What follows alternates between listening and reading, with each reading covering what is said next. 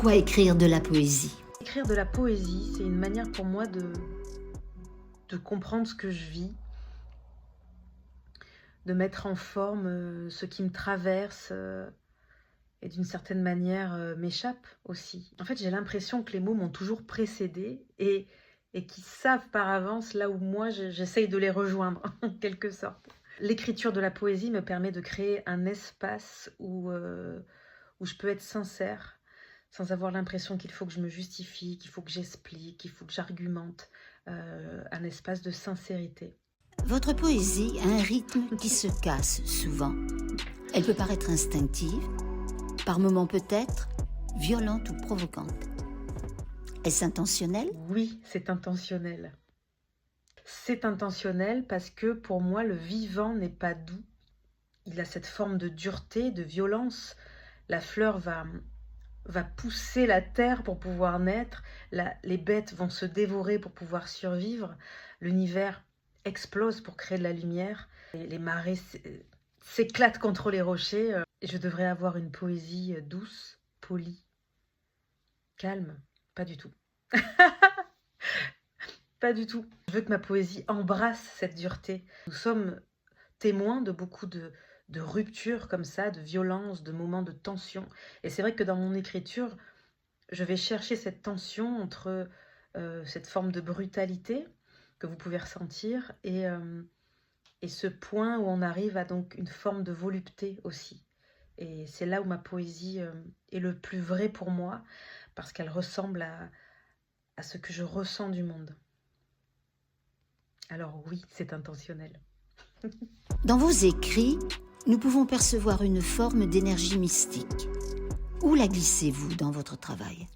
Moi, je suis persuadée qu'on porte en nous une part d'invisible. Tous, chaque individu porte en soi une part d'invisible, alors que cette espèce d'impression du plus grand que soi, profondément incarné, mais quelque chose qui nous dépasserait, soit perçu comme une énergie mystique, je peux le comprendre.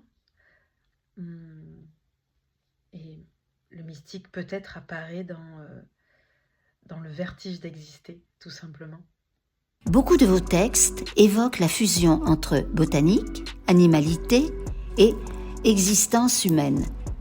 Pourquoi ce mélange? Vous croyez aux frontières, vous? Moi, j'y crois pas.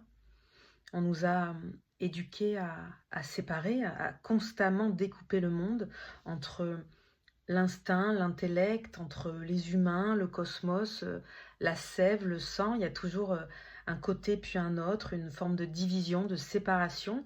Et cette séparation, je pense qu'on la ressent, nombreux la ressentent comme une amputation. Je ne sais pas où je commence, je ne sais pas où je finis, je suis faite d'écorce, je suis faite de sève, je suis faite de broyats de minéraux, de terreaux, d'os.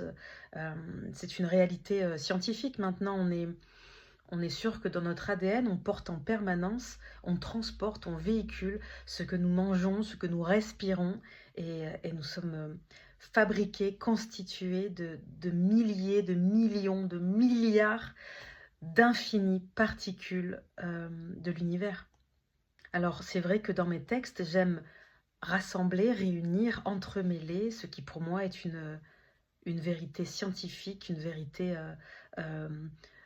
d'instinct, de ressenti, une vérité d'être. Nous sommes comme faits d'un feu commun, d'une matrice commune. Comment aimeriez-vous que votre poésie soit reçue?